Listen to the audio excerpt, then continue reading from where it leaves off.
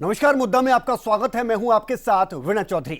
सियासी गर्मी अभी और ज्यादा बढ़ने वाली है क्योंकि अब चुनावी शोर सियासी गलियारों में हल्का हल्का सुनाई देने लगा है।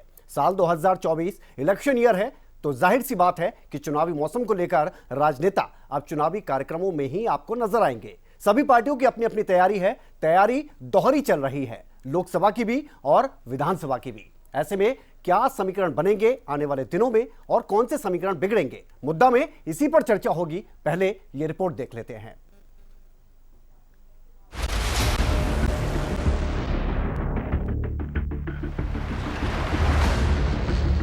मौसमी गर्मी के साथ हरियाणा में चुनावी गर्मी भी बढ़ने लगी है। साल 2024 अब नजदीक है। ये 6 महीने हरियाणा में चुनावी गर्मी को बढ़ाने वाले ही होंगे। हरियाणा के नजरिए से तो साल 2024 और भी ज्यादा महत्वपूर्ण हो जाता है क्योंकि सभी पार्टियों के लिए साल 2024 में दोहरी चुनौती होगी। वजह है लोकसभा और विधानसभा चुनाव दोनों होने हैं, यानी एक चुनाव देश की राजनीति की दिशा तय करेगा तो दूसरा हरियाणा के सिंहासन के लिए होगा। ऐसे में मौजूदा समय में चाहे वो सत्ता में भागीदार गठबंधन पार्टियां हों या फिर अन्य विपक्षी दल, लगातार बैठकों का दौर है तो बयानबाजी का दौर भी। सभी चुनावी तैयारियों में जुटे हुए हैं। हरियाणा की सबसे बड़ी पार्टी भारतीय जनता पार्टी लगातार विधायकों संग मंथन कर रही है और नेता भी साफ कर चुके हैं कि तैयारी 10 की 10 लोकसभा की है और 90 विधानसभा की। तभी तो तय किए गए कार्यक्रमों के अनुरूप 18 तारीख से खुद गृह मंत्री अमित शाह सिरसा रैली से बीजेपी के चुनावी मिशन को लेकर शंखनाद करने जा रहे हैं। गठबंधन हमारा सरकार का है, गठबंधन हमारा चला हुआ है और दोनों पार्टियां अपना अपना काम अपनी अपनी, जैसे एक बात बिल्कुल स्पष्ट रूप से है कि भारतीय जनता पार्टी जो है वो अपनी पार्टी के कामों में लगी हुई है, जेजेपी अपनी पार्टी के कामों में लगी है और दोनों ही पार्टियों ने अपने अपने काम को मजबूत करना है। कहीं कहीं ऐसी जगह आएंगी जहां आपको ये लगेगा कि वो भी अपना मजबूत कर रहे हैं, हम भी अपना मजबूत कर रहे हैं। इधर सत्ता में भागीदार जननायक जनता पार्टी भी लगभग साफ कर चुकी है कि लोकसभा और विधानसभा के लिए उनकी अपनी तैयारी है। गठबंधन में चुनाव लड़ने का फैसला भले ही दोनों पार्टियों के हाईकमान और संगठन के हाथ में है, लेकिन 10 लोकसभा और 90 विधानसभा के लिए उसकी तैयारी अभी से है। जेजेपी विधायक दल की बैठक में रणनीति तैयार हुई। कार्यक्रमों में यह तय हुआ कि 2 तारीख को सोनीपत में जेजेपी की रैली कर चुनावी शंखनाद किया जाएगा। ये तो आज अलायंस में है, दोनों पार्टियां बैठकर, केंद्र नेतृत्व बीजेपी का भी हमारा भी बैठकर चर्चा करेगा। आगे जो निष्कर्ष आएगा उस पर आगे बढ़ेंगे। आज हम भी 10 की 10 लोकसभा सीटें, 90 की 90 विधानसभा सीटों पर काम कर रहे हैं। भारतीय जनता पार्टी भी कर रही है, कांग्रेस भी कर रही है और हरियाणा के अन्य दल भी कर रहे हैं।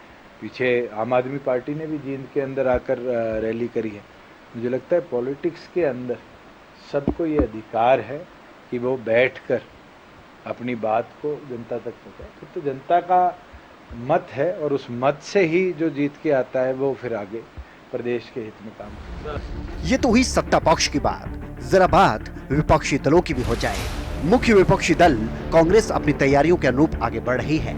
एक तरफ हाथ से हाथ जोड़ो अभियान और विपक्ष आपके समक्ष जैसे कार्यक्रम हैं, तो 2024 को लेकर अपने अपने आत्मविश्वासी दावे भी हैं। और कांग्रेस बहुमत आएगा, 75 पार करेगी कांग्रेस।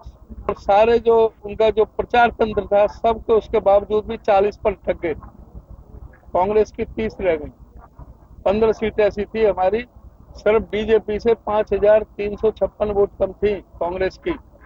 लोकसभा में क्या रहेगा सर? लोकसभा में 10 की 10 सीटें जीतेंगी। इंडियन नेशनल लोकदल भी लगभग 100 दिन पहले से ही परिवर्तन यात्रा के तहत तैयारी शुरू कर चुकी है। भले ही जड़ें थोड़ी कमजोर हुई हैं, लेकिन इन्हें ही मजबूत करने के लिए पूर्व मुख्यमंत्री ओम प्रकाश चौटाला और इनेलो नेता अभय चौटाला यात्रा पर निकले हैं। दावे इनके भी कमजोर नहीं। स्वागत मेरा पूरे प्रदेश में हुआ है। जहाँ से शुरू करी वहाँ भी हजारों लोग थे और आज मेरा ये 13वां जिला है। हर डिस्ट्रिक्ट में जब इंटर कर रहा था यूं ही हजारों लोगों का हजूम था और ये परिवर्तन की बहुत बड़ी निशानी है। अब परिवर्तन कोई रोक नहीं सकता, बहुत बड़ा परिवर्तन आ रहा है। इस बार आम आदमी पार्टी भी दोगुनी ताकत के साथ मैदान में है। पार्टी ने हरियाणा में संगठन का विस्तार किया तो सांसद सुशील गुप्ता को हरियाणा की कमान सौंपी गई। कुछ पुराने चेहरे भी आपके भागीदार हो गए हैं। 8 तारीख को तिरंगा यात्रा से चुनावी शंखनाद भी किया और दावे भी इस बार 2019 से कहीं ज्यादा विश्वास से भरे नजर आ रहे हैं। अब मैं एक ऐसी बात कहूंगा जो कोई नेता आपको आके नहीं कहता, कोई पार्टी नहीं कहती। मेरे को एक मौका दो, मैं आपके बच्चों को अच्छी शिक्षा दूंगा, आपके बच्चों के लिए अच्छे स्कूल बना दूंगा। कोई नेता आके नहीं कहेगा, कांग्रेस कभी आपको नहीं आके कहेगी हम आपके बच्चों को अच्छी शिक्षा देंगे। बच्चों को अच्छी पढ़ाई करानी है नहीं करानी, बच्चों को बड़ा होकर कुछ बनाना है नहीं बनाना, कैसे बनेंगे? अच्छी पढ़ाई कराओगे तभी तो बनेंगे। अगर अच्छी, इन्होंने एक स्कूल नहीं बनाया। बैठकों का ये दौर और ताबड़तोड़ जनता के बीच पहुंचने की कवायद ये बयां कर रही है कि चुनावी मौसम अभी भले ही थोड़ा दूर हो, लेकिन चुनावी बादल तो अभी से छाने लगे हैं। तस्वीर क्या बनेगी ये वक्त के साथ साफ होगा, कौन किसके साथ होगा ये वक्त के साथ साफ होगा, लेकिन ये जरूर अभी से साफ है कि तैयारी सबकी अपनी अपनी है। Bureau report, Haryana news. तो कुछ सवाल हम उठा रहे हैं आज मुद्दा में। अमित शाह की रैली से क्या सियासी तपिश और ज्यादा बढ़ जाएगी? जमीनी स्तर पर किस पार्टी की भागदौड़ अभी कमजोर नजर आ रही है, यह भी एक बड़ा सवाल है। क्या बैक टू बैक बैठकों और कार्यक्रमों से ये चुनावी माहौल जो है वो और ज्यादा गर्मा गया है? और 2024 के लिए क्या कोई नया गठबंधन होगा या पुराना भी बिगड़ जाएगा? ये भी एक बड़ा सवाल है। तो ये तमाम सवाल हैं, इन पर ही हम चर्चा करेंगे, जवाब तलाशने की कोशिश करेंगे। तो एक खास पैनल हमारे साथ मौजूद है, उनके साथ इन पर चर्चा होगी, इन तमाम सवालों पर। उनसे आपको रूबरू करवा देते हैं। हमारे साथ भूपेंद्र सिंह गहलावत जी हैं, बीजेपी से प्रवक्ता हैं। सर बहुत स्वागत है आपका। मनीष खटाना जी हमारे साथ स्टूडियो में ही बैठे हैं, बहुत स्वागत है सर आपका, कांग्रेस से प्रवक्ता हैं। विवेक चौधरी जी जेजेपी से हैं, प्रवक्ता, सर बहुत स्वागत है आपका। इसके अलावा रजत मंजेटा जी हैं इनेलो से, आपका भी स्वागत है। और डॉक्टर मनवीर छिल्लर जी हैं आम आदमी पार्टी से प्रवक्ता, आपका भी स्वागत है। स्टूडियो में हमारे साथ मौजूद है। सबसे पहले गहलावत जी, अमित शाह जी आ रहे हैं, तैयारियां किस तरह की हैं और क्या इसे चुनावी शंखनाद के तौर पर देखा जाए?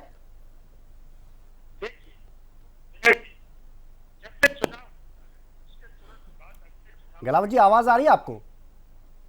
मेरी आवाज आ रही है आपको? हाँ जी अब आ रही है सर, बोलिए। मैं ये कहना चाह रहा हूँ कि जब भी हमारा कोई चुनाव होता है जी, उसके तुरंत बाद अगले चुनाव की तैयारी के लिए हमारी पार्टी पूरी तरह से एक्टिव रहती है। हमारी पार्टी 24 घंटे और 12 महीने कभी भी चुनाव हो जाए उसके लिए तैयार रहती है, क्योंकि हमारी पार्टी की जो कल्याणकारी योजनाएं हैं उनसे पूरा हरियाणा प्रदेश और देश प्रभावित हो रहा है। और हमारा पन्ना प्रमुख से लेके और जो हमारे राष्ट्रीय स्तर के हैं, हरियाणा प्रदेश में हमारे ओम प्रकाश धनखड़ उनके नेतृत्व में हमेशा एक्टिव मूड में रहते हैं। हमारे माननीय मुख्यमंत्री जी हर डिस्ट्रिक्ट में जा रहे हैं और वो लोगों से उनकी समस्याएं सुन के पता करके मौके पर उनकी तलाश कर रहे हैं। जो हमारी कल्याणकारी योजनाएं हैं वो लोगों तक पहुंच रही है कि नहीं पहुंच रही, उसका वो सारा फीडबैक ले रहे हैं। सभी मंत्रियों की हमने ड्यूटी लगा दी, सभी विधायक अपने क्षेत्रों में जाएंगे और सभी एमपी अपने क्षेत्रों में जाकर के हर जो अंतिम व्यक्ति खड़ा है पंक्ति में गरीब से गरीब उस तक हमारी योजनाओं का लाभ पहुंच रहा है कि नहीं पहुंच रहा है। हमारे जो पन्ना प्रमुख है दूसरे लोग हैं वो घर घर जाकर भी लोगों की तकलीफों को जानने का काम करेंगे। ये जो 9 साल हमारी सरकार के हो गए है सेंटर में, उसका पूरा महीना हम जनसंपर्क अभियान के तहत चलाएंगे। और मैं तो ये कहता हूँ कि हमारी पार्टी पूरी तरह से एक्टिव मोड में हमेशा रहती है। कभी लोकसभा का चुनाव हो, विधानसभा का चुनाव, सभी चुनाव को उत्सव के रूप में हमारी पार्टी लेती है, चाहे किसी भी किस्म का कोई चुनाव। और हमारी पार्टी सारे चुनाव जीतती है और कभी भी किसी किस्म की कोई दिक्कत नहीं आती। हमारी जो मैनेजमेंट है उसमें किसी किस्म की कोई कमी नहीं होती और सारा का सारा हमारा एक्टिव है। मैं कहता हूँ दूसरी पार्टियां भी मोड में है इलेक्शन के लिए, स्वाय कांग्रेस का तो अभी लट्ठी बज रहा है। देखिए आप हमारे प्रभारी हैं, पूरे तरह से एक्टिव रहते हैं। इन कांग्रेस का प्रभारी एक बार तो नियुक्त होता है, उस दिन पता लगता है और एक दिन जब उसकी छुट्टी हो जाती है तो अखबारों में और चैनलों में उसका नाम आता है। बाकी इनका कहीं पता नहीं होता, लोगों से तो इनको कुछ लेना देना होता नहीं है। और मैं ये कहता हूँ 2024 में 10 की 10 लोकसभा सीटें हम चुनाव जीतेंगे और जब विधानसभा का चुनाव होगा तो हम एब्सोल्यूट मेजॉरिटी से जीत करके सरकार बनाने का काम करेंगे। ठीक है गहलावत, इसमें कुछ नहीं है। ठीक है गहलावत जी, ठीक है। मैं आपकी ऑडियो भी थोड़ा और ठीक करवाने के लिए कोशिश करूंगा कि वो और ज़्यादा बेहतर हो। मनीष कटाना जी क्या कहेंगे, किस तरह की तैयारियां चल रही हैं? क्या आपकी भी कोई प्लानिंग है कि कोई बड़ी रैली हाल फिलहाल में आप लोगों की तरफ से देखने को मिलेगी हरियाणा में? देखिए विनय जी, जहाँ तक बड़ी रैली की बात है तो ये पूरा प्रदेश जानता है, और अगर इस बात में भी कोई संदेह नहीं है, अगर देश में भी बात की जाए, चाहे वो दिल्ली में अगर कांग्रेस पार्टी की कोई भी बड़ी रैली होती है तो उसमें बहुत बड़ी जिम्मेवारी चौधरी भूपेंद्र सिंह हुड्डा की हरियाणा से लगती है। और जब भी हुड्डा साहब की ड्यूटी लगती है तो वो उस ड्यूटी को हरियाणा के जो लोग हैं, हरियाणा के जो वासी है, हरियाणा की जन जन की जो आवाज़ है, हुड्डा साहब के नेतृत्व में हमेशा दिल्ली का मैदान भरने में और हमेशा वहाँ एक अलग हरियाणवी की जो भीड़ होती है वो दिखाई देती है, वो प्रतीत होती है। वो ऐसा इसलिए होता है कि व्यक्ति विशेष का, हर व्यक्ति का हुड्डा साहब से जो लगाव है, हुड्डा साहब का जो कार्यकाल था, 10 साल जो भाईचारा था, जो विकास था, जो 36 बिरादरी का जो प्यार था, वो देखने को मिलता है। और वो पिछले निरंतर 9 साल से आज परखने की लोगों में और ज़्यादा, जिस तरीके से लोगों ने इस सरकार को 9 साल परखा और हुड्डा साहब के कार्यकाल को परखा, तो ये बिल्कुल दूध की दूध और पानी की पानी हो गया। ये बिल्कुल स्पष्ट हो गया कि कौन सी सरकार हरियाणा में हरियाणा वासियों का भला कर सकती है। और आप जो बड़ी रैली की बात कर रहे हैं, आज दीपेंद्र जी हमारे जो सांसद महोदय हैं, वो कहीं भी जाते हैं डेली पर डे, वो उनका जो भी रूट होता है, आप उस रूट पे कभी भी आप सोशल मीडिया पे देख लीजिए, वहां पर एक रैली जितना हजूम लोग उनसे रास्तों में खड़े होते हैं, उनसे मिलने के लिए, उनकी चाय के लिए, उनके स्वागत के लिए, उनके दीदार के लिए। तो रैली तो बहुत छोटी सी बात है, रैली कोई इतनी बड़ी बात नहीं है। जो सबसे बड़ा मुद्दा है वो हरियाणा की जनता का दर्द का मुद्दा है, हरियाणा के किसान का दर्द का मुद्दा है, हरियाणा में जो युवा जो बेरोजगार है, सड़कों पर है, उसका मुद्दा है, हरियाणा में जो कर्मचारियों का मुद्दा है, हरियाणा में खिलाड़ी का मुद्दा है, हरियाणा में पहलवानों का मुद्दा है, हरियाणा में महिलाओं की सुरक्षा का मुद्दा है, हरियाणा में जो आज भ्रष्टाचार चरम पर है उसका मुद्दा है, हरियाणा जो आज कर्ज में डूबता जा रहा है वो मुद्दा है, हरियाणा में जिस तरीके से इस सरकार ने टैक्स की भरमार लगाई है वो मुद्दा है। तो ये सरकार, जो बीजेपी के प्रवक्ता गहलावत साहब कह रहे हैं कि सरकार 24 घंटे एक्टिव मोड में रहती है 12 महीने, बड़ी अच्छी और सुंदर बात है कि सरकार एक्टिव रहती है। जब हरियाणा 4 बार जला तो हरियाणा सरकार कहां थी? क्या वो 24 घंटे एक्टिव मोड में थी? जब देश की बेटियां धरने पर बैठी पिछले 4 महीने से, तो क्या Bharatiya Janata party active mode में थी? जब देश का किसान सड़कों पर बैठा और 750 किसान शहीद हो गए, तो क्या ये एक्टिव मोड में थी सरकार? और आज एमएसपी पर जब मांग करते हुए किसानों पर लाठियां चार्ज हुई, किसानों को जेलों में डाला गया, तो क्या सरकार एक्टिव मोड में थी? जब चंडीगढ़ के अंदर जब महिला सरपंचों के सर पर लाठियां भांजी गई, तो क्या सरकार एक्टिव मोड में थी? मेरे भाई ने एक बात कही पन्ना प्रमुख की, कि हमारे पन्ना प्रमुख हैं, तो क्या ये पन्ना प्रमुख भारतीय जनता पार्टी को ये नहीं बताते कि गांवों में आपकी क्या दशा है? गांवों के लोग, हरियाणा और पूरा देश का 70% हिस्सा जो किसानी में आधारित है, जो कृषि भूमि पर आधारित है, जो किसान है, क्या वो इनको ये नहीं बताते कि आज किसान किस तरीके से परेशान है? किसान अपनी फसल को लेकर परेशान है, एमएसपी को लेकर परेशान है, पोर्टल को लेकर परेशान है। तो क्या वो पन्ना प्रमुख सिर्फ भारतीय जनता पार्टी के नारे लगाने के लिए है? दूसरी चीज इन्होंने, मेरे भाई ने कहा सीएम साहब हर डिस्ट्रिक्ट में जा रहे हैं, बिल्कुल जा रहे हैं, मैं इनकी बात को झूठ नहीं कहता। खट्टर साहब हर डिस्ट्रिक्ट में जा रहे हैं। सिरसा में एक सरपंच ने जब अपना वहां पर दुपट्टा फेंक के उनकी बात कहना चाहिए तो उसको वहां स्टेज से उतार दिया जब उसकी बात नहीं सुनी गई। महेंद्रगढ़ में खट्टर साहब को बंदी बना लिया गया, वहां पर पुलिस ने जाके छुड़ाया। तो ये सीएम साहब हर डिस्ट्रिक्ट में जा रहे हैं, ये इनका 9 साल का कार्यकाल है। दूसरी बात, मेरे भाई ने कही सभी मंत्रियों की ड्यूटी लगा दी। 2019 में पूरा कैबिनेट साफ हो गया। 2019 में पूरा कैबिनेट ने, दोबारा कैबिनेट नहीं देखा एक आधे मंत्री को छोड़ के, पूरा कैबिनेट साफ हो गया। ये कह रहे हैं जी उत्सव का माहौल रहता है, इलेक्शन मोड में रहते हैं। मैनेजमेंट की बात करी, मैं इस बात को 100% कहता हूं, भारतीय जनता पार्टी जैसी पार्टी में इवेंट मैनेजमेंट को किस तरीके से बदल के हर चीज में जो ये मैनेजमेंट, इवेंट मैनेजमेंट का जो ये काम करते हैं, उसमें इनका कोई मुकाबला नहीं है, कोई नहीं कर सकता। चाहे वो जनता का दर्द का विषय हो, कोई भी हो, इवेंट मैनेजमेंट में ये पार्टी एक नंबर है। लेकिन हरियाणा की जनता का दुख, हरियाणा की जनता का दर्द, हरियाणा की जनता का डूबा हुआ कर्ज में ये लादा हुआ बोझ, ये इस बात से कोई इत्तेफाक नहीं रखते। इससे झूठी पार्टी, इससे मतलब ये ला लो हरियाणा के इतिहास में इतना गलत कार्यकाल, इतना जो बुरा कार्यकाल हरियाणा के लोगों ने झेला है, ये वास्तव में इतिहास के पन्नों पे दर्ज हो गया है। जहां पर किसान, जहां पर जवान, महिलाएं, सरपंच, कर्मचारी, खिलाड़ी, पहलवान सब सड़कों पर हैं और सरकार सिर्फ लाठी और डंडे से सरकार चलाना चाह रही है और मुकदमे दर्ज कराकर जनता की आवाज को दबाने वाली सरकार है। और जिस तरीके का गठबंधन इस 9 साल के कार्यकाल में चला वो जनता के सामने है। ठीक है। विवेक चौधरी जी क्या कहेंगे, क्योंकि देखिए जिस तरह से कल जेजेपी की विधायक दल की बैठक हुई है, इससे पहले हम बीजेपी की बैठकों का दौर देख रहे हैं, आज भी बैठकों का दौर देख रहे हैं, और एक चीज तो क्लियर हो रही है कि अपनी अपनी तैयारी में जुटे हुए हैं। तो क्या ये मान के चलें कि लोकसभा चुनाव जो होगा वहां पे आप अलग अलग चुनाव लड़ते हुए नजर आएंगे, अपनी अपनी तैयारी है? तो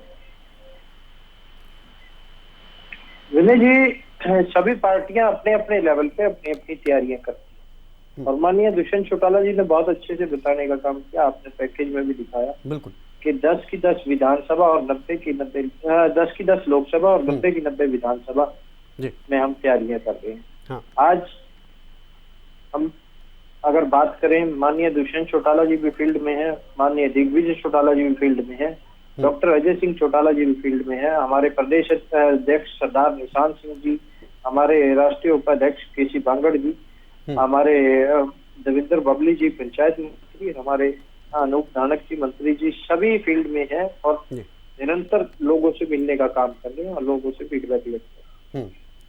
अभी मैं सुन रहा था, मेरे हुड्डा प्रवक्ता साथी कहूँ तो अच्छा है। विनय जी, देखने की बात यह है, मेरे प्रवक्ता साथी ने बारी बारी भूपेंद्र हुड्डा, दीपेंद्र हुड्डा, भूपेंद्र हुड्डा, दीपेंद्र हुड्डा से इधर किसी का नाम ही नहीं लिया।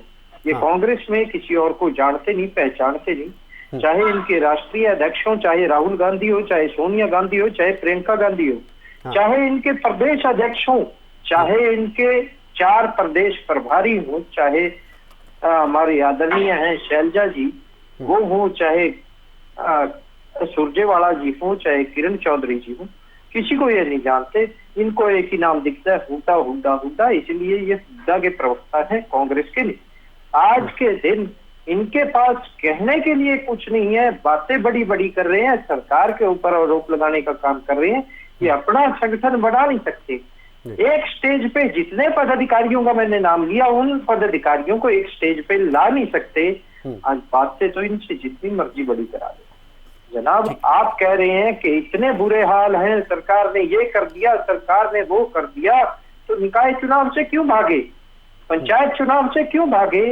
अगर इतना ही आपको पता था कि सरकार से लोग दुखी हैं, तो आपको निकाय चुनाव भी लड़ने चाहिए थे, आपको पंचायत चुनाव भी लड़ने चाहिए थे। और जिस भूपेंद्र सिंह हुड्डा का बार बार ये गुणगान कर रहे थे, तो मैं आपको बताना चाहूंगा विनय जी, आज ये बार बार एक भूपेंद्र हुड्डा कर रहे हैं। ये वही भूपेंद्र हुड्डा है जिसकी अध्यक्षता में 2009 में इन्होंने किस तरह जोड़ तोड़ से सरकार बनाई, वो पूरे हरियाणा प्रदेश ने और देश ने देखने का काम किया। 2014 में जो भूपेंद्र हुड्डा ने कांग्रेस का हाल किया, वो पूरे देश और कहना विदेशों तक लोगों ने देखने का काम किया। 2019 में भूपेंद्र हुड्डा की अध्यक्षता में जो चुनाव लड़ा गया, वो भी लोगों ने देखा। और 2016 में बीच में रह गया था, 2016 में जो राज्यसभा का चुनाव था, वो भी लोगों ने देखा किस तरह से मेजोरिटी होने के बाद भी अपने कैंडिडेट को हराने का काम किया। 2022 का राज्यसभा चुनाव मेजोरिटी होने के बाद भी अपने कैंडिडेट को हराने का काम किया। ये अगर कोई दूसरा राज्यसभा में जाता है तो राज्यसभा चुनाव के अंदर ये दूसरे को बारात की घोड़ी कहने का काम करते हैं। जब इनका बेटा जाता है तब सब कुछ ठीक होता है।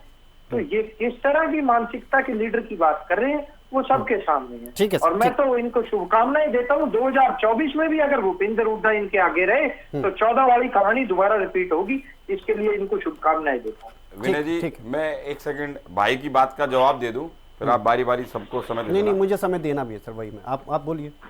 तो मेरे भाई जेजेपी के प्रवक्ता ने जो आज सरकार में बैठे हैं, उन्होंने सरकार की एक उपलब्धि, सरकार का एक काम नहीं गिनाया मेरे भाई आप बीच में नहीं, बीच में नहीं, विवेक जी बीच में नहीं, विवेक जी मैं बोला विवेक जी मुझे रेड्डी जी और नहीं मुझे चिल्लर साहब के पास भी जाना है सर। नहीं आ जाएंगे, जवाब लेने आ जाऊंगा चौधरी साहब। ना देखो बीच में नहीं, गलत बात। देखो कैसे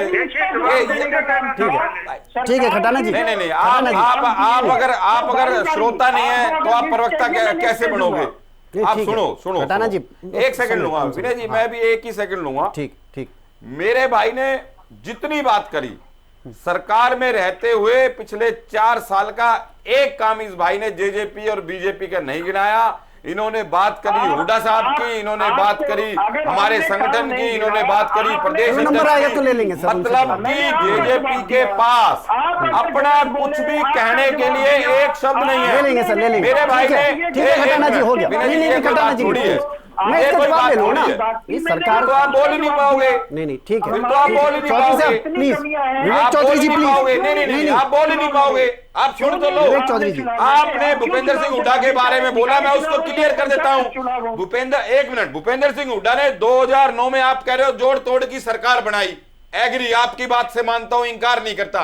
अगर 2009 में भूपेंद्र सिंह हुड्डा ने सरकार बनाई तो 2011 में जब मेट्रो बाहर निकली दिल्ली से तो 4 शहरों से जोड़ने का काम करा, और बीजेपी और जेजेपी के सरकार ने आपने हर घर शराब पहुंचाने का काम करा। ये जोड़ तोड़ का फर्क है। एक आदमी हरियाणा की जनता के लिए लड़ता है और आप अपनी जेब भरने के लिए लड़ते हो।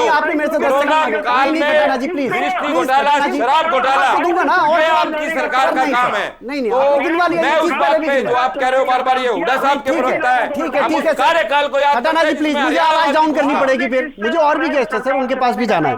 नहीं ठीक है चौधरी साहब, ठीक है। रजत पंजेटा जी, किस तरह की तैयारियां चल रही हैं? और परिवर्तन यात्रा तो हम देख ही रहे हैं, 100 दिन से ज्यादा की हो चुकी है आपकी, लेकिन क्या लग रहा है कि जमीनी तौर पर जिस मजबूती के साथ आगे बढ़ना चाहिए वो चल रहा है उस तरह से काम? देखिए काम तो हम जो है जब से यात्रा शुरू हुई है, हाँ जी, जैसे हम बात करते हैं यहाँ प्रवक्ता बैठ के, तो वो बात अलग है कि हम किस तरीके से बात करते हैं। लेकिन जो धरातल पे है विनय जी, वो जमीनी हकीकत बहुत ज्यादा अलग है। जैसा हम सोचते हैं कि भाई हम अपनी मर्जी से कि ये पार्टी आ गई है या वो पार्टी आ गई है, तो हरियाणा ने हमेशा देश की जो राजनीति है उसकी जो दिशा है उसको बदलने का काम किया है। और सबसे अच्छी तैयारी मुझे लगता है, जितना हम जनता के बीच में घूमे, सबसे अच्छी तैयारी जो है वो किसी की अगर है तो वो हरियाणा प्रदेश की जनता की है। क्योंकि जिस हिसाब से जनता दुखी है महंगाई की वजह से, जो सिलेंडर हो गया, आपका डीजल है, पेट्रोल है, बिजली के बिल हैं, तो जनता का बजट बिगड़ा हुआ है, बहुत ज्यादा निराशा है जनता के बीच में। तो जनता केवल इंतजार कर रही है चुनाव का। और जहां तक आप हमारी बात कर रहे हैं तो वो देखते हैं कि उनके बीच में आज जो उनके बीच में निरंतर है, पहले भी बिल्कुल थे निरंतर, कोई ऐसी बात नहीं है कि अगर पूरे प्रदेश में अगर किसी पार्टी का नाम ले तो इंडियन नेशनल लोकदल पार्टी चाहे सबसे बड़ी रैलियां करने का रिकॉर्ड रहा हो। लेकिन उद्देश्य इस वक्त अब रैलियां करने का नहीं है, जनता को अपने पास बुलाना नहीं, जनता तक पहुंचने का समय है। जितना हमने घूमा है, हमने देखा है, पीने के पानी से लेके, बिजली से लेके, सड़कों से लेके, एजुकेशन का भट्टा बैठ गया, 5000 स्कूल बंद कर दिए हैं, मास्टर नहीं है। आप एक बात बताइए, इंग्लिश का टीचर फिजिक्स पढ़ा रहा है, फिजिक्स का टीचर हिंदी पढ़ा रहा है, बहुत ज्यादा समस्या है, पीने का पानी खरीद के लाना पड़ रहा है, बच्चों की एजुकेशन की क्वालिटी खराब हो रही है। उसके बाद अगर भाजपा की मैं बात करूं तो उन्होंने कहा था 1,80,000 से ऊपर सालाना जिसकी आय होगी, मतलब जिसकी आय कम होगी, उनको मुफ्त एजुकेशन देंगे। आप 500 रुपए कर दिया, उनसे मांगने शुरू कर दिए। तो और बहुत सारी समस्याएं हैं जो कि 9 साल पहले हो जानी चाहिए थी। अगर भाजपा सरकार है तो चलो 9 साल नहीं कहता, 1-2 साल हमें समय देना चाहिए सरकार की परफॉर्मेंस को देने के लिए। अगर मैं 2014 से लगाऊं तो ये काम 15-16 तक हो जाने चाहिए थे, जो अब जाके जिनकी ये नींव पत्थर रख रहे हैं, अब तक कहाँ सोए हुए थे। कैलावत जी कह रहे थे हमने सबकी ड्यूटी लगा दी, तो अभी तक कहाँ निधारक थे सारे के सारे। अब आपने ड्यूटी लगा दी, आपके कहने से जाएंगे जनता। पार्टी का चुनावी बोर्ड में 24 घंटे होना एक अलग चीज है, जनता के बीच में आपकी एक्सेप्टेबिलिटी, जनता के बीच में आपका आप क्या काम कर रहे हैं, that is a totally different thing. Party की तैयारी होना नहीं है, जनता के लिए चुनाव आपको वोट करेगी नहीं करेगी वो तैयारी होती है। हाँ बिल्कुल ठीक है कि भाजपा सबसे अमीर पार्टी है, बहुत पैसा है इनके पास, बहुत अच्छी इवेंट मैनेजमेंट कर सकते हैं। इसका बिल्कुल भी मतलब ये नहीं है कि ये 2019 में अभी इन्होंने कहा एक वर्ड यूज किया कि एब्सोल्यूट मेजोरिटी हम लेके आएंगे। तो ये एब्सोल्यूट मेजोरिटी तो आपकी 2019 में क्यों नहीं आई? अगर तब नहीं आई, वो 5 साल की एंटी इनकम्बेंसी थी, एक फायदा भी हुआ 3 पार्टियों का, हमारी पार्टी टूटने का बहुत वोट शेयर गया, दोनों पार्टियों को फायदा हुआ। वो फायदा अब नहीं होने वाला। मैं अगर कोई किसी को कोई संदेह में है कि कोई उसमें चल रहा है कि हाँ हम मुख्य विपक्षी दल है, मुख्य विपक्षी दल तो हम भी रहे लगातार 10 साल तक, तो वो बात नहीं होती, वो क्राइटेरिया नहीं होता। जनता के बीच में किसी को, जनता को देखिए, हमने तो विश्वास पैदा करना था, वो हमने काम करना था, वो हमने कर दिया। आज जनता को हमारे ऊपर इतना विश्वास है कि ये जो कहेंगे वो करेंगे, 100%, 100% जो कहेंगे वो करेंगे। और जो सरकार आपके द्वार वैसे आती थी, आज आपकी यात्रा जो है गांव-गांव जाकर प्रदेश की जनता का हाल पूछकर, हम जाते हैं सीधा उनसे पूछते हैं, आप बताइए, हम जितनी यात्रा उनके बीच में रहना, रात को वहीं सोना, वहीं खाना पीना। तो जनता हमसे अपना दुख साझा कर रही है, हमें बता रही है कि हाँ हमारी ये तकलीफें हैं, और जो जो उनकी तकलीफें हैं, जो हम आज मौके पे कर सकते हैं हम मौके पे करते हैं, जो हम मौके पे नहीं कर सकते हैं, जो हम बोल के जाते हैं कि भैया हाँ हमारे सरकार आने पे पहले भी जो काम थे, बड़ी लंबी लिस्ट है, इनकी चिरायु योजना है, आप इनसे ये पूछिए चिरायु योजना शुरू, चिरायु योजना एक में खत्म करो, मैं गिना रहा मैं योजना में लिस्ट है मेरे को, अगर आप समझ देंगे अगला टर्न आएगा मैं गिना दूंगा। अब चिरायु योजना जो है वो 60 साल से अधिक आयु की मुफ्त इलाज जो है वृद्धों का, वो है ना, वो इंडियन नेशनल लोकदल पहले कर चुकी है। बस ये नाम चेंज करके योजनाओं का जरूर अपना बखान कर सकते हैं। इनसे पूछने वाला हो, हम इतने कम बजट के अंदर पूरे हरियाणा का विकास कर सकते हैं। हमारा बजट 2,500 करोड़ का, आज 1,85,000 करोड़ के बजट में भी काम नहीं है। मतलब देखिए कि पैसा नहीं, पैसा इतने चिराई वाली बात जो कर रहे हैं सर आपके 60 साल से ज्यादा, वो तो सर 1,80,000 से कम की आय जिसकी भी है, जिसके भी कार्ड बन रहे हैं आयुष्मान कार्ड, उनके लिए सबके लिए ही है। वो तो 60 साल वाले वो इंडियन नेशनल लोकदल कर चुके हैं, वो शुरू पहले से है। योजनाएं सारी मेरे पास लिस्ट है। सरकार जो हमने बुढ़ापा पेंशन से लेके देश में पहली बार जन सुरक्षा बिल योजना, अनुसूचित जाति के लिए वो योजनाओं पे आ जाएंगे, अगले टर्न में आ जाएंगे सर। छिल्लर साहब बहुत देर से वेट कर रहे हैं, उनके पास जाना है मुझे। 30-40 योजनाएं। मनवीर छिल्लर जी, 2019 की अगर बात की जाए, 2019 की अगर बात करें तो ठीक है, नए नवेले थे, हालात बहुत ज्यादा अच्छे नहीं थे, गठबंधन भी किया था लोकसभा के लिए, हालात फिर भी बहुत अच्छे नहीं हुए, विधानसभा में तो बहुत ही बुरे हालात थे। इस बार बहुत सारी परिस्थितियां बदल गई हैं, किस तरह की तैयारी चल रही है, कितना मजबूत मांग रहे हैं इस बार? विनय जी देखिए, राजनीतिक पार्टियों के साथ साथ जनता ने भी 2024 की तैयारी कर ली है, और जनता ने पुरानी पार्टियों जिन्होंने देश को, प्रदेश को लूटने का काम किया है, उनको सबक सिखाने का पूरा मन बना लिया है, और व्यवस्था परिवर्तन के लिए जनता आज पूरी तरह से तैयार है। वह इस बात का प्रमाण इस बात से है कि आम आदमी पार्टी एक छोटी सी पार्टी 10 साल में जनता ने अपना आशीर्वाद दे करके उसको एक राष्ट्रीय पार्टी बनाया, और हिंदुस्तान के दिल्ली में बीजेपी और कांग्रेस को, देश की 2 सबसे बड़ी पार्टियों को बेदखल किया, वहां से उनका सुपड़ा साफ किया। वह इस बात का प्रमाण है। अभी हाल ही में जालंधर के उपचुनाव में कांग्रेस के 60 साल के गढ़ को तोड़ने का काम किया, उसके साथ ही वहां पे दुनिया की सबसे बड़ी पार्टी, बीजेपी अपने आप को दुनिया की सबसे बड़ी पार्टी कहती है, उस पार्टी की जमानत जब्त कराई है आम आदमी पार्टी ने। यह इस बात का प्रमाण है। रही बात हरियाणा में तैयारी की, हरियाणा में जो रैली का दौर आप जो कह रहे हैं चल रहा है, तो रैली का दौर जनता ने चला दिया है। जनता खुद आज सरकार की रैली निकाल रही है। किसान कुरुक्षेत्र में सड़कों पे किसान बैठे हैं, एमएसपी के लिए सरकार की रैली निकाल रहे हैं। सरकारी कर्मचारी बैठे हैं रोडों पे, आंदोलन कर रहे हैं, ओपीएस के लिए सरकार की रैली निकाल रहे हैं। सरकार को रैली निकालने की जरूरत नहीं है, जनता स्वयं सरकार की रैलियां निकाल रही है।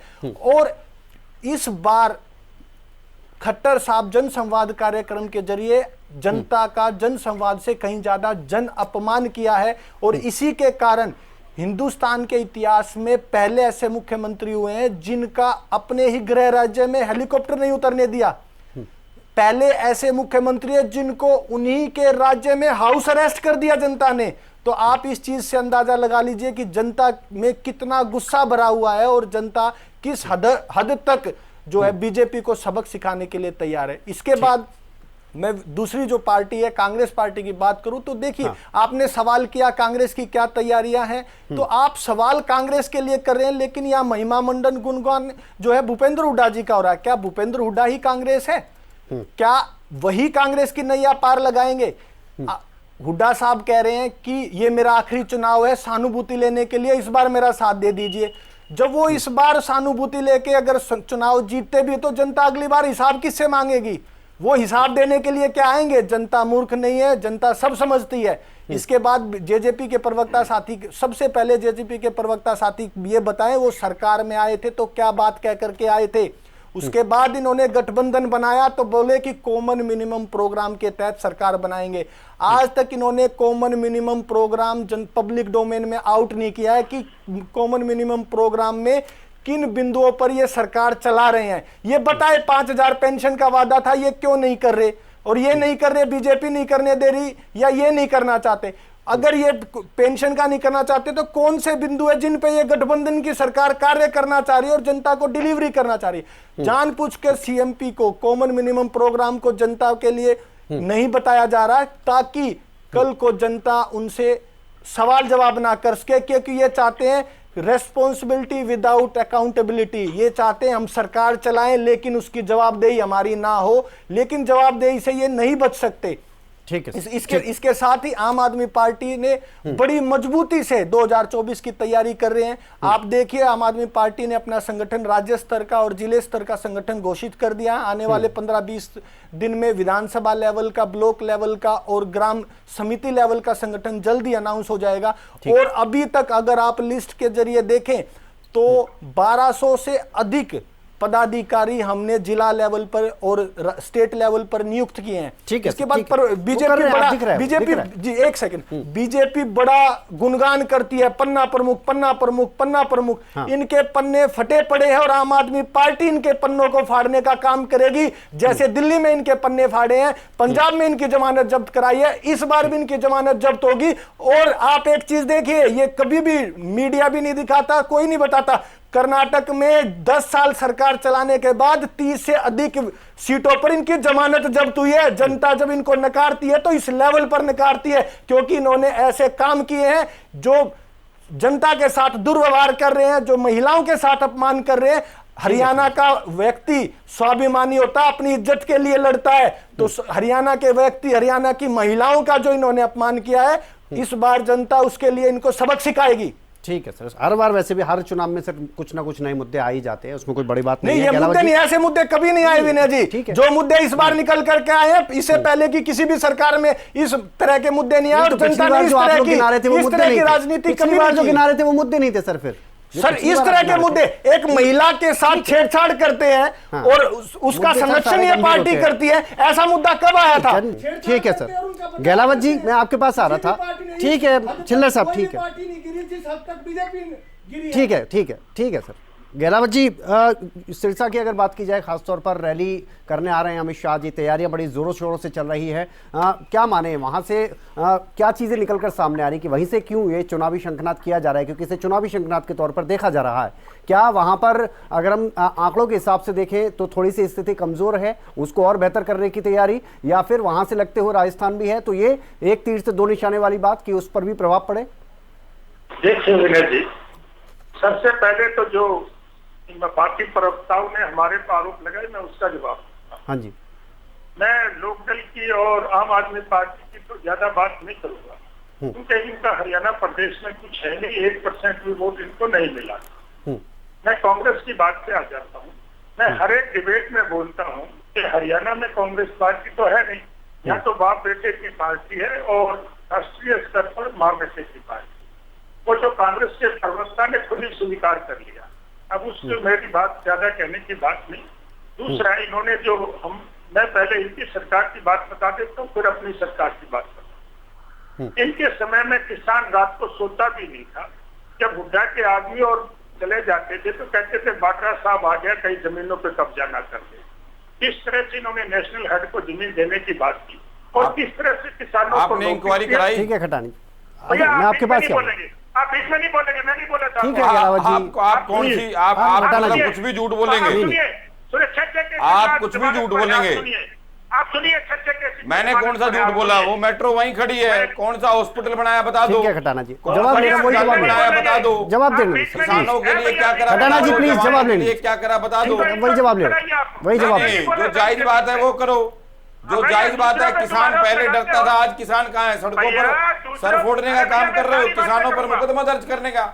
आप किसान की बात करोगे, 7.5 ठीक है मनीष खटाना जी, प्लीज शहीद हो गए। खटाना जी, पंडित जी आप किसान की बात करोगे, प्लीज खटाना जी, प्लीज कहीं गहलावत जी आप बात पूरी करिए। पिपली में, कभी कुरुक्षेत्र में किसानों पे मुकदमे दर्ज कर रहे हैं। दिख रहा है सर, इसको डिबेट भी किया, ऐसा कुछ नहीं। नहीं खटाना जी प्लीज, सरपंचों को पीट रहे हो खटाना जी प्लीज। आप नहीं सर, मैं आपकी आवाज डाउन करा दूंगा, फिर क्या फायदा। एक बार आप बात आगे बढ़ने दीजिए। जी जी गहलावत जी। तो इन्होंने नोटिस देके जमीनों के और अपने आदमियों के नाम जमीनों के एग्रीमेंट करा के और फिर वो नोटिस वापस लेके किस तरह से जमीनें हड़पने का काम इन लोगों ने किया था, जो आज भी उस केसेस में ये जमानत पर है। किस तरह से SSIDC के प्लॉट सारे अपने रिश्तेदारों के नाम लेके अपने नाम करा दिए थे, उसमें भी ये जमानत पर है। किस तरह से खर्ची पर्ची लेकर के ये नौकरियां देते थे और 14 लिस्टें इनकी कैंसिल हो गई, वो भी माननीय उच्च न्यायालय ने कैंसिल की है। और 14वीं लिस्ट में इनको संदिग्ध मान लिया, जो इंस्पेक्टर भर्ती की थी। हमारी सरकार की मैं बात करता हूँ, हमारी सरकार सबसे पहले ऑनलाइन ट्रांसफर पॉलिसी लेके आई, पारदर्शिता का हमने काम किया। उसके बाद हमने खर्ची पर्ची को बंद किया और बगैर इंटरव्यू लिए मेरिट के आधार पर नौकरी देने का काम किया। हमारी सरकार कोई भेदभाव नहीं करती, सबका समान विकास करती है, समान कोई एरिया की बात नहीं करती, कोई जाति बात नहीं। ठीक है गहलावत जी, ये चीजें हम बहुत बार डिस्कस कर चुके हैं सर। मैं मुद्दे पे आ रहा हूँ, जो सवाल मैंने पूछा उसका जवाब चाह रहा हूँ। आप देखिए, इन्होंने सवाल खड़ा किया, मैंने उसको जवाब देना उचित। ठीक है। इनके 9 साल की उसमें इन्होंने 500 रुपए मात्र पेंशन बढ़ाने का काम किया था। हम 9.5 साल में 2000 रुपए पेंशन बढ़ाने का काम किया। 181 करोड़ रुपया एक महीने के अंदर मई में हमने किसानों को खाते में डालने का काम किया। ये 2-5 रुपए के वो देते थे, चेक देते थे। एक 24 घंटे के अंदर हमने फसल किसानों की फसल का वो रेट उसको पैसा देने का काम किया। ये 6 महीने भी पेमेंट नहीं करते थे। ये कहाँ की बात करते हैं? ये कांग्रेस पार्टी तो है नहीं, ये बाबू बेटा है। और 2005 से जब से भूपेंद्र नेतृत्व को मिला है, ये भी चुनाव नहीं जीते। चौधरी भजन लाल के नेतृत्व में 65 सीटें आई, 70 सीटें आई थी। उसके बाद एक भी चुनाव नहीं जीते। ये और सुन लो, पिछली बार सोनीपत रोहतक को ये गढ़ मानते हैं। भूपेंद्र हुड्डा की जमानत जब्त हुई थी लोकसभा में, और अब की बार चुनाव छोड़कर भाग गए। वो कहते हैं मैं तो लोकसभा का चुनाव नहीं करूंगा। देखिए क्या बात करते हैं गहलावत जी। जो मैं सवाल पूछा उसका एक बार प्लीज जवाब दीजिए। जो मैं बात कर रहा हूँ अमित शाह की रैली की और सिरसा की वजह पूछ रहा हूँ मैं। जब केंद्रीय नेता आते हैं तो सारा संगठन और भी मजबूत होता है और भी एक्टिव हो जाता है। हमारी पार्टी का संगठन पहले से बहुत एक्टिव है और पूरा लोगों के बीच में रहता है। जो कल्याणकारी योजनाएं हमने लागू की, वो लोगों के बीच में जा करके जन संपर्क करके वो पहुंचा रहा है।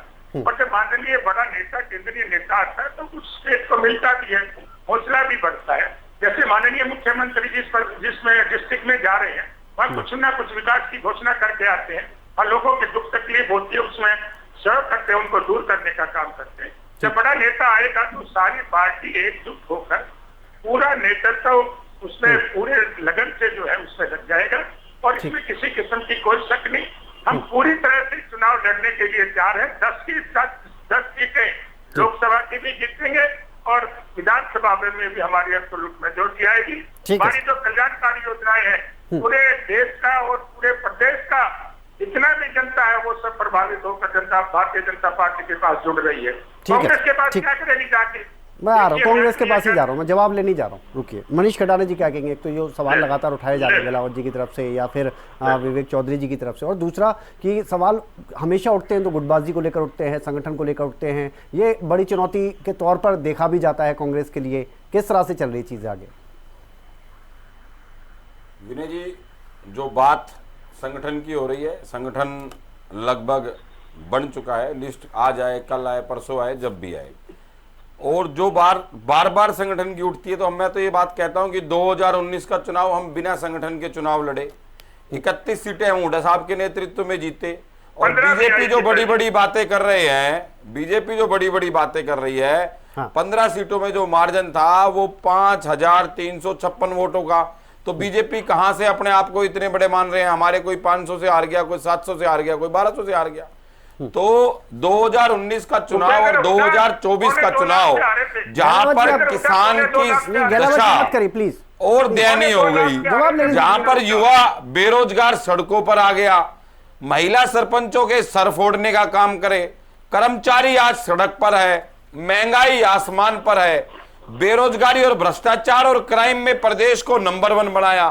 तो ये किस मुंह से, जहां पर मुख्यमंत्री हाउस अरेस्ट हो जाते हैं, जहां पर मुख्यमंत्री का हेलीकॉप्टर नहीं उतारने देते, तो ये कौन सी भारतीय जनता पार्टी, कौन से मुंगेरी लाल के हसीन सपने ले रहे हैं। और एक बहुत कहावत है कि काट की हांडी एक बार चढ़ जाती है, भारतीय जनता पार्टी की 2 बार चढ़ गई तो तीसरी बार नहीं चढ़ेगी। इस बार बीजेपी और जेजेपी बाहर और हुड्डा साहब की कांग्रेस की सरकार, और 36 बिरादरी का जो प्यार है, जो युवाओं को जो इस बार रोजगार जो चाहिए, जो खुशहाली किसान को चाहिए, जो कर्मचारियों को चाहिए, वो 2024 के अंदर हुड्डा साहब के मुख्यमंत्री बनते ही पहली कलम से मिलना शुरू हो जाएगा। चाहे वो पेंशन का मुद्दा हो, चाहे 100 गज प्लाट का मुद्दा हो, चाहे आपकी सब्सिडी का मुद्दा हो, चाहे बिजली 300 यूनिट का मुद्दा हो, कोई भी बात जो हुड्डा साहब बात कहेंगे उस बात को पूरी करेंगे। आपके तिरे लुभावने वादे, झूठे वादे, 15 लाख 2 करोड़ रोजगार, स्मार्ट सिटी, स्मार्ट गांव, बुलेट ट्रेन, ऐसे कोई वायदे नहीं होंगे जिनको बाद में आपके ही मंत्री ये कहें कि ये जुमला है। तो भारतीय जनता पार्टी की दशा और दुर्दशा से सभी आदमी आज वाकिफ हैं। जो आप लोगों ने हरियाणा की जनता के साथ किया है उसका खामियाजा आपको 2024 के चुनाव में भुगतना पड़ेगा। यही कारण है कि नगर निगम चुनावों से आज भारतीय जनता पार्टी भाग रही है। यही कारण है कि आप किसी किसान धरने पर आपके नुमाइंदे नहीं पहुंचते। यही कारण है कि खिलाड़ी धरने पर आपके कोई नुमाइंदा नहीं पहुंचता। यही कारण है कि आपकी सरकार जब जनता के बीच में जाती है तो वहां से बच के निकलना मुश्किल होता है। यही कारण है कि 2019 में पूरा कैबिनेट साफ हो गया। यही कारण है कि 2024 में आप 2.5 का आंकड़ा नहीं छू रहे। तो गहलावत साहब, झूठ के जो बादल थे वो बहुत बड़े हो गए। झूठ के बादलों में अब हरियाणा वासी फंसने वाला नहीं है। अपने आप को जो जिस तरीके से हरियाणा वासियों को आपने छला है वो दिन आपके लद गए। अब आपकी बातों में हरियाणा की जनता नहीं आएगी। हरियाणा की जनता फिर से भाईचारा, फिर से विकास, फिर से किसान खुशहाल बनेगा। और 2024 में कांग्रेस पार्टी आप देखना 75 सीटों, जो हमारे प्रदेश अध्यक्ष जी उदयभान जी ने अभी कहा कि 75 सीटें कांग्रेस पार्टी जीत रही है। आप अपना मंथन करें। कोई बात नहीं, आपको सपने में भी भूपेंद्र सिंह हुड्डा दिखाई देते हैं और दीपेंद्र सिंह हुड्डा भी दिखाई देते हैं। आप मुझे जो व्यक्ति काम करेगा उसका नाम लिया जाएगा। आपको भूपेंद्र सिंह हुड्डा और दीपेंद्र सिंह हुड्डा से डरने की जरूरत नहीं है। वो 2024 के अंदर सरकार बना रहे हैं।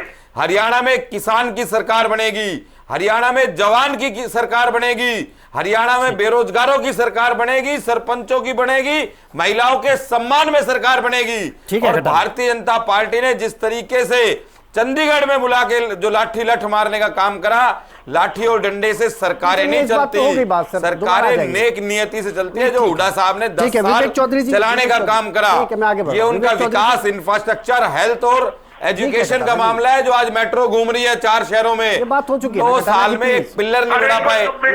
आपने हरियाणा का कर्जा 10 गुना बढ़ा दिया क्या आपने हरियाणा वासियों को? विवेक चौधरी जी योजनाओं को लेकर या काम को लेकर बात करते हैं, लगातार विपक्ष की तरफ से सवाल उठाया जाता है और जब आपकी तरफ आते तो आप बड़ी लंबी चौड़ी लिस्ट भी गिना देते हैं। सबसे बड़ी बात मैं आपके परिप्रेक्ष्य में पूछ रहा हूँ, किस तरह से, क्योंकि देखिए जो बात कही गई है और जो रोड मैप आपकी तरफ से बनाया गया है पूरा आने वाले समय के लिए, जो विधायक दल की बैठक के बाद हमने प्रेस कॉन्फ्रेंस सुनी, उसके बाद तो लगता है कि आप पूरी तरह से अकेले तौर पर आगे बढ़ने की सोच रहे हैं। तो फिर जब आपकी तैयारी इतनी मजबूत लेवल पर आप बता रहे हैं या होने वाली है, तो फिर आगे अकेले बढ़ने में आगे क्या दिक्कत आ रही है? फिर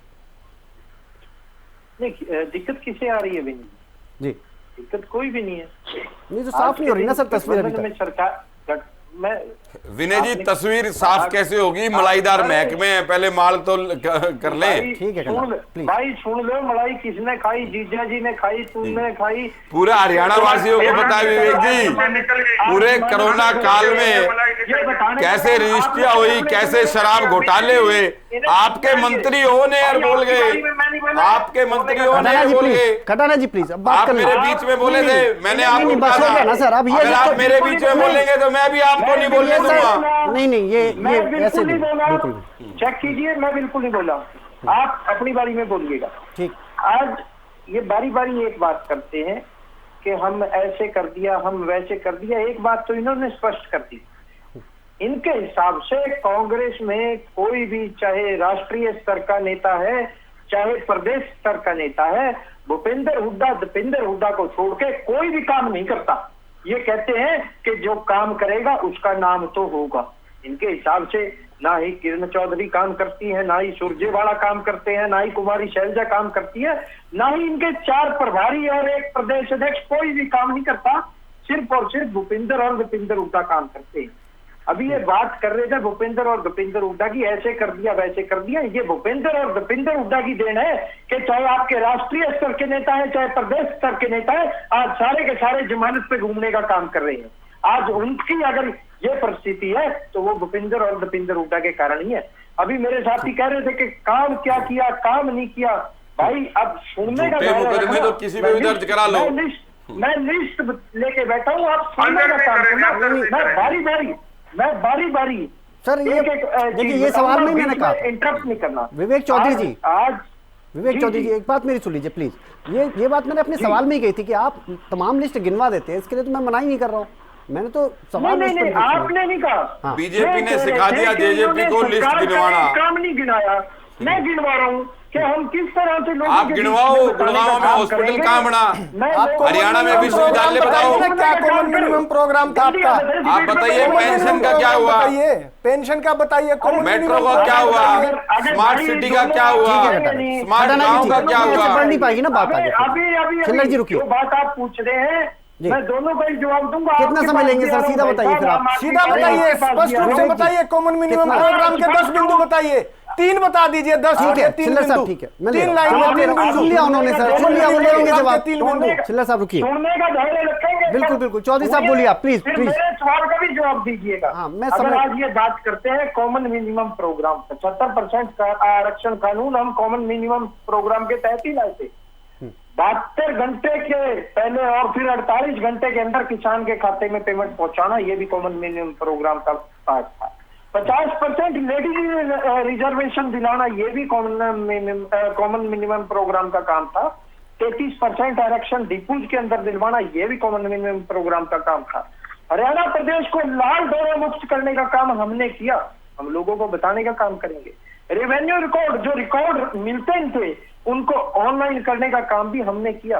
ये लोग बातें तो मार रहे हैं, अभी सुन रहा था मैं, जिस सोनीपत का इन्होंने सिर्फ फार्म हाउस, रिजॉर्ट और कोठियां बनाने के लिए यूज किया, वहां पे मारुति जैसी कंपनी को लाने का काम हमने किया।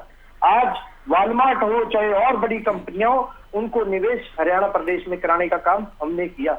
जो रेल कारखाना कांग्रेस की सरकार में दीपेंद्र सिंह हुड्डा पास कर गए, वो आज तक नहीं बना पाए आप लोग। यही बात है, देखिए जो रेलवे लाइन बिछाने का काम था वो आप नहीं कर पाए, जो एयरपोर्ट लाने का काम था आप लोग वो नहीं कर पाए। 70% रिजर्वेशन की बात कर रहे हो, जितनी सरकारी भर्तियां हो रही है 90% लोग बाहर के हैं। एक सेकंड, ठीक है सर, मैं रोक दे। नहीं विवेक जी प्लीज, इनके पेट में दर्द बोलता है। नहीं ठीक है, एमएसएमई में नेशनल अवार्ड 3rd लेवल पे लाने का काम हमने किया। ठीक है सर, मैं वही कह रहा हूँ सर, देखिए काम बहुत गिना देंगे, मुझे पता है। उसको लाने का काम हमने किया। अभी मेरा जवाब कंप्लीट नहीं हुआ। अभी मेरे साथी पूछ रहे थे कि आपने क्या किया, आम आदमी के साथी पूछ रहे थे। मैं इनसे एक सवाल करना चाहूंगा। भाई साहब बातें तो बड़ी बड़ी कर रहे हैं, आप हमें तो कुछ कुछ कहते हैं। आप ये तो बताइए, हिसार के अंदर आपके नेता जो इस समय पंजाब के मुख्यमंत्री बने बैठे हैं, वो ये कह के गए थे कि हाँ पंजाब से हम हरियाणा को पानी देने का काम करेंगे। अरविंद केजरीवाल हिसार के अंदर ये कह के गए थे कि मेरे को 10 मिनट का टाइम दो, मेरे साथ चाय पे चर्चा करो, मैं बताऊंगा पंजाब से पानी कैसे दिया जाएगा? आज तक उनकी चाय पे चर्चा नहीं हुई। जब मुख्यमंत्री को आपके बुलाने का काम किया जाता है तो वो भागने का काम करते हैं। आज के दिन आप चंडीगढ़ को हमारे से पहुंचने की कोशिश करते हो, चंडीगढ़ यूनिवर्सिटी को हमारे से पहुंचने की कोशिश करते हो, आप हरियाणा के हितैषी होने की बात करते हो। शर्म आनी चाहिए। जिस दिन आपके पास इन 3 सवालों का जवाब हो, आप डिबेट पे आके जवाब दीजिएगा। उससे पहले आपको बोलने का अधिकार नहीं है। आप अगर एसवाईएल डिबेट आप कहीं करने इसके बाद पंजेटा जी के पास समाधान कर दे, आपको वोट मांगने की जरूरत नहीं है।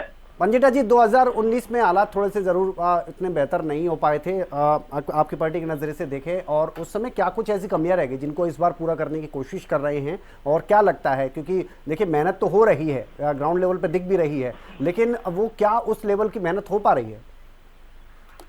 जी विनय जी, मेहनत तो मुझे लगता है कि 45 डिग्री टेम्परेचर में अगर कोई पद यात्रा कर सकता है, जो अगर पैरों में खून निकल रहा हो, उसके बाद भी कार्यकर्ताओं में जितना जोश है, और जो ग्रामीण जनता से हम जो जुड़ रहे हैं, जनता से सीधा संवाद कर रहे हैं, जनता के बीच में हम, इससे ज्यादा मेहनत और संघर्ष तो मुझे लगता है कोई भी नहीं कर रहा। आज लोग अपनी एसी गाड़ियों में नहीं जा पा रहे जनता तक, तो हम तो निरंतर जनता के बीच में हैं, और कमी तो पिछली बार भी कोई नहीं थी। अगर कोई भीतरघात नहीं करता, कोई काली बेड़े नहीं होती, तो पिछली बार भी कोई कमी नहीं थी, और इस बार तो और भी बढ़िया है, वो सब निकल गई। तो एक आपने मुख्य सवाल किया था अभी जजपा के प्रवक्ता से कि आप तैयारी कर रहे हो, अपना अलग अलग रैलियां कर रहे हो, तो अकेले लड़ने में क्या दिक्कत है? तो उसका जवाब नहीं दिया इन्होंने। और दूसरा जो ये कह रहे हैं 75% जो है आरक्षण वाला, वो 75% आरक्षण जो है वो कंडीशन थी हमारी, 2002 में हमने लागू कर दिया था कि कोई उद्योग नहीं लग पाएगा जब तक आप 75% रिजर्वेशन नहीं दोगे। वो हमारी ये कंडीशन थी उद्योगों को लगाने की। वो 2002 में विवेक चौधरी जी आ जाऊंगा मैं आपके बाद, लास्ट कमेंट पे आऊंगा। वो इनसे ये पूछो कि आपके बरवाड़ा के विधायक, आपके नरवाड़ा के विधायक, आपके राम कुमार गौतम जी, राम निवास जी, औरों के इनके बारे में प्रश्न करो कि आपके पार्टी के पूरे विधायक है भी क्या नहीं आपके साथ। अपनी तो जमीन खिसकी हुई, औरों के ऊपर टिप्पणी करनी है। मैं करना नहीं चाह रहा था टिप्पणी, चलिए छोड़िए, क्योंकि इन्होंने वो बात कर दी, वो ऑन रिकॉर्ड है। वो तो हरियाणा के गवर्नमेंट के पेपर है, उसको तो कोई भी निकाल के देख सकता है। ये तो अपनी एक लूप में है, उलझे हुए, वो हर डिबेट में चलाना होता है। चलिए मैं इन पे बात नहीं करता। एक आज मुद्दा जो है किसानों के ऊपर मैं बात करना चाहूंगा। देखिए विनय जी, क्या आप अपनी तनख्वाह का कुछ पैसे थोड़े बहुत 20% छोड़ देंगे? या कोई पुलिस वाला अपनी तनख्वाह छोड़ दे, कोई IAS छोड़ दे, कोई हाईकोर्ट का जज छोड़ दे, कोई उद्योगपति छोड़ दे, या कोई भी छोड़ दे, कोई भी पैसा नहीं अपना छोड़ सकता। लेकिन MSP जो है वो मिनिमम सपोर्ट प्राइस है, मैक्सिमम सपोर्ट प्राइस नहीं है। आप एक बात बताइए, किसान क्यों पैसे छोड़े? भावांतर भरपाई की जरूरत क्या है? जब 6400 घोषित कर दिया तो दे दीजिए, वरना आप किसान के ऊपर ही, और वो भी भावांतर भरपाई के बाद भी 1000 रुपए का नुकसान है। मुझे एक बात बताइए, कोई MLA अपनी तनख्वाह छोड़ दे अपना? कोई मंत्री, समय कम है अब, मैं बस लास्ट नहीं, एक में लास्ट बात मैं बोल रहा हूँ, मैं भी समय नहीं ले रहा। मुझे पता है आप समय पे आएंगे जब मैं बात करूंगा। आप मुझे बात बताइए, सरकार ने पोर्टल खोले है ना, एक पोर्टल MSP का खोल दो कि उस पोर्टल पे, जैसे सारे पोर्टल है ना, MSP से कम जो है वो खरीद ही नहीं कर पाएगा। जैसे बिजली का बिल अगर सरकार लेना चाहे, आप बोलिए कि मैं तो, मेरे पास तो 5000 कम है, 5000 कम ले लीजिए, या पानी का बिल सरकार को बोलिए कम ले लीजिए, सरकार तो नहीं छोड़ेगी। जो सरकार ने लेना लेगी। कोई पेट्रोल पंप का मालिक भी नहीं छोड़ेगा। जो कोई अपने पैसे नहीं छोड़ता, तो किसान अपना हक क्यों छोड़े? उसकी लागत भी आज उसे नहीं मिल रही है। तो थोड़ी बहुत चीजें हैं। ये पाम ऑयल इन्होंने इम्पोर्ट किया था, जो कि हानिकारक है, मैं आपकी बात समझ गया। इनसे ये पूछिए, किसान की खेती आपने लागत कितनी बढ़ाई है? तेल के दाम कितने बढ़ाए हैं? ठीक है सर, ठीक है। डीजल के, बिजली के, आप पूछिए बिजली के, आप पूछिए इनसे गैस सिलेंडर के, महंगाई के बारे में बात कीजिए, बेरोजगारी के बारे में बात कीजिए। ठीक है सर, इनसे पूछिए जनता, इनसे मैं गया था, जब मैं बीच में गया ना, जब मैंने पूछा कि आप भाजपा को वोट क्यों नहीं दे देते हो, उन्होंने कहा भाई साहब आप 2 कारण बता दीजिए। मुझसे उल्टा, और मैंने भी पूछा, कहते जी 2 कारण बता दीजिए कि आप अच्छी बात है ना सर, आप तो आप अच्छी बात है, आप लोगों के बीच में वो आपको रिस्पांस मिल रहा है। जो भी मनवीर चिल्लर जी, एक लास्ट कमेंट के तौर पर भी आपका सवाल लेने में कि क्या लगता है, ये इतने सारे मुद्दे पेंडिंग पड़े हुए हैं पंजाब और हरियाणा के बीच के, अगर इनमें से कुछ मुद्दों को अगर आप अभी सुलझा देंगे तो इसका तो फायदा ही होगा, जो सवाल उठाए जाते हैं लगातार और पार्टियों की तरफ से आपके ऊपर। देखिए विनय जी, हमारी पंजाब में सरकार आए 1 साल हुआ है और ये मुद्दे आज के नहीं, इतने सालों से लंबित है। और ये जो आरोप लगा रहे हैं, ये सरकारें खुद दोनों प्रदेशों में रहे हैं, हरियाणा में भी रही हैं और पंजाब में भी रही है।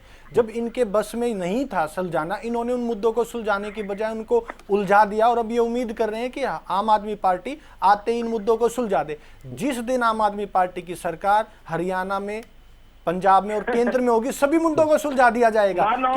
दूसरी चीज, बीजेपी के प्रवक्ता साथी यहाँ पे गलत तथ्य देते हैं। केजरीवाल साहब ने कहा था कि प्रधानमंत्री मोदी जी मुझे चाय पे बुला ले और मैं आप SYL का समाधान बता दूंगा। क्यों नहीं बुलाया उन्होंने? वो बुला ले, आज बुला ले। उन्होंने आज बुला ले, उनके पास समाधान है। आप ये कह रहे कि जो कार्य आपका। दूसरी चीज आप उन्होंने ये कहा कि 75% चौधरी साहब समय हो गया, प्लीज अब समय नहीं है। उन्होंने कैसा रिजर्वेशन दिया कि हरियाणा बेरोजगारी में देश में नंबर 1 बन गया? ठीक है, मतलब कैसा रिजर्वेशन दिया? महिलाओं के लिए काम किया तो कैसे काम किया कि नागरिक सुरक्षा में सबसे निचले पायदान पर हरियाणा आ गया? चिल्लर साहब समय ये सिर्फ यहाँ झूठ बोलते हैं, झूठे दावे। चलिए, बहुत शुक्रिया सर, क्योंकि समय ओवर हो गया। बहुत शुक्रिया आप सभी मेहमानों का। और सबसे बड़ी बात यही है कि अभी से ही सियासी तपिश इतनी ज्यादा बढ़ गई है, तैयारी अपने अपने लेवल पर सभी पार्टियों की तरफ से की जा रही है। यानी अभी समय जो है वो चुनावी माहौल की तरह देखा जा रहा है और 18 तारीख के बाद तो ये और ज्यादा गर्मा जाएगा। इसके बाद देखना होगा कि ये सियासी गर्मी और कितनी ज्यादा बढ़ती है। फिलहाल मुद्दा में आज के लिए मेरे साथ इतना ही। आप बने रहिए हरियाणा न्यूज के साथ। नमस्कार।